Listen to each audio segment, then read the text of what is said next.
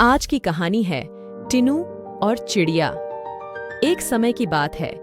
टीनू नाम की लड़की थी जो स्कूल में दिए गए कार्यों में बड़ी रुचि रखती थी। इस साल टीनू के स्कूल में गर्मी की छुट्टियां पड़ने से पहले उसकी टीचर ने सभी को विभिन्न पक्षियों के चित्र दिखाकर चिड़िया पर निबंध लिखने के लिए कहा था।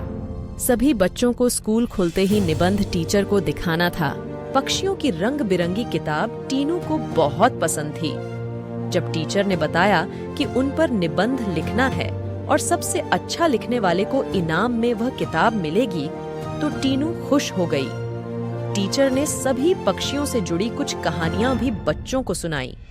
उसके बाद स्कूल की गर्मियों की छुट्टियां पड़ गईं। यूं तो टीनू हर साल अपनी गर्मी की छुट्टियां बिताने के लिए कहीं न कहीं जाती थी, लेकिन इस साल की छुट्टियों में टीनू रोज पास के ही बगीचे में जाकर पक्षियों और उनके घोंसले देखने लगी। उस बगीचे में गोरैया, दर्जिन, लव्वा जैसे बहुत से पक्षी आते थे। टीनू बगीचे में आने वाली हर चिड़िया को पहचानने की कोशिश करती और उन्हें गौर देखती रहती। टीनू देखती थी कि हर चिड़िया एक एक घास, पत्ती, पंख आदि को जोड़कर कैसे अपना घोंसला बना रही है।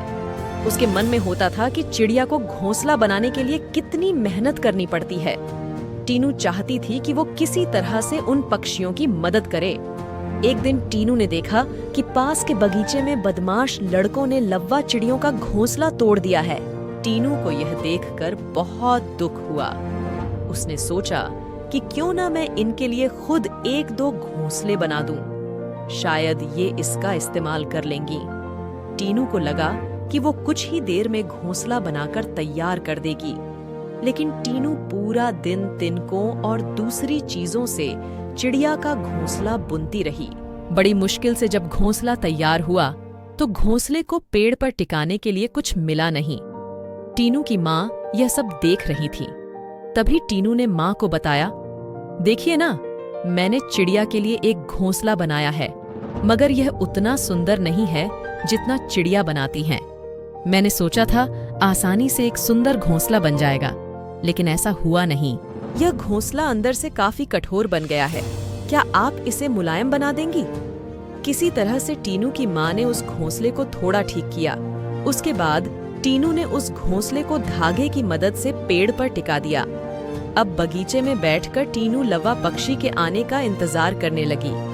वो पक्षी बगीचे में आए तो, लेकिन टीनू द्वारा बनाया गया घोंसला उन्होंने इस्तेमाल नहीं किया। टीनू के साथ उसकी माँ भी बगीचे में आई थी। उसने टीनू को उदास देखकर कहा, तुम परेशान मत होना, अभी चिड़िया घोंसले पर आ जाएगी।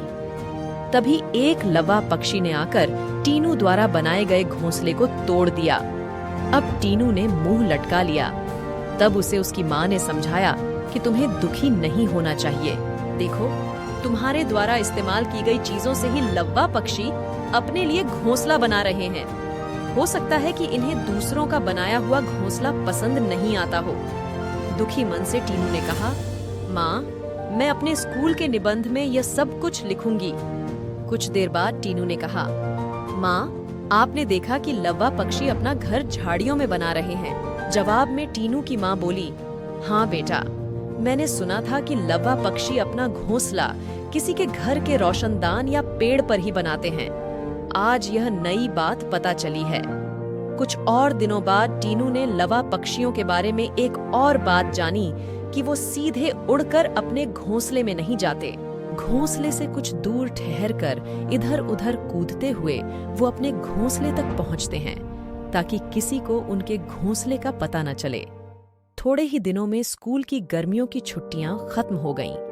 टीनू ने स्कूल जाकर लव्वा पक्षी के बारे में लिखा और निबंध प्रतियोगिता जीत ली। इनाम में मनपसंद चिड़ियों वाली किताब मिलने पर टीनू खुश हो गई। प्रतियोगिता जीतने के बाद भी टीनू रोज चिड़ियों की चहचहाहट सुनने के लिए उस बगीचे में जाकर घंटों बैठती है, मानो उसकी चिड़ियों के साथ दोस्ती हो गई हो।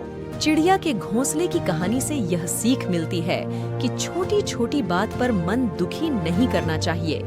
साथ ही आसपास की चीजों पर गौर करने से हमें काफी कुछ नया जानने को मिलता है।